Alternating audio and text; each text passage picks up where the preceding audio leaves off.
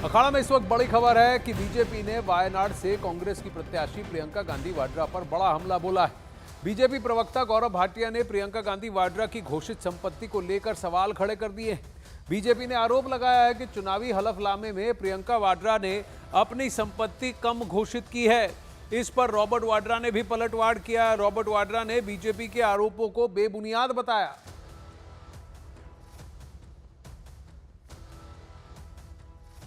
चलिए सबसे पहले आपको दिखाते हैं कि आज बीजेपी ने प्रियंका गांधी वाड्रा, रॉबर्ट वाड्रा और गांधी परिवार पर क्या हमला बोला।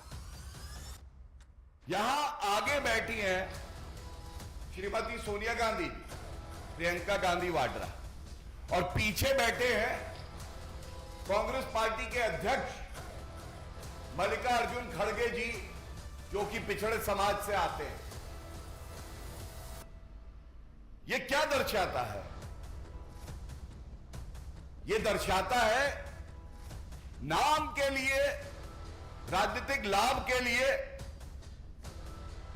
हम लोग पिछड़े समाज के व्यक्ति को किसी पद पे बैठाएंगे, लेकिन रिमोट कंट्रोल से चलाएंगे। रॉबर्ट वाड्रा की जो डिक्लेयर्ड नेटवर्थ है वो कम है, लेकिन इनकम टैक्स डिपार्टमेंट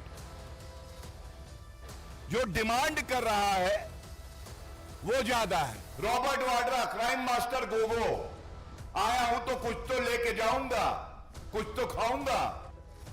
आरोप तो बहुत सारे लगा रही है बीजेपी, लेकिन पिछले 10 साल से सरकार बीजेपी की सेंटर में है। इनकम टैक्स ने नोटिस जारी किए, लेकिन कार्रवाई कितनी हुई है ये प्रश्न भी पूछा जा रहा है।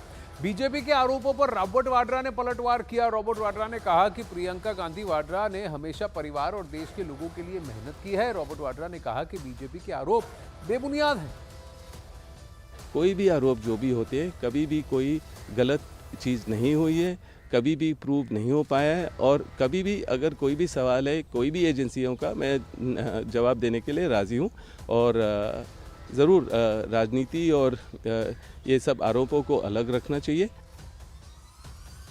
अब कांग्रेस नेता उदित राज ने भी प्रियंका गांधी वाड्रा के चुनावी हलफनामे को लेकर बीजेपी की तरफ से उठाए जा रहे सवालों पर निशाना साधा है।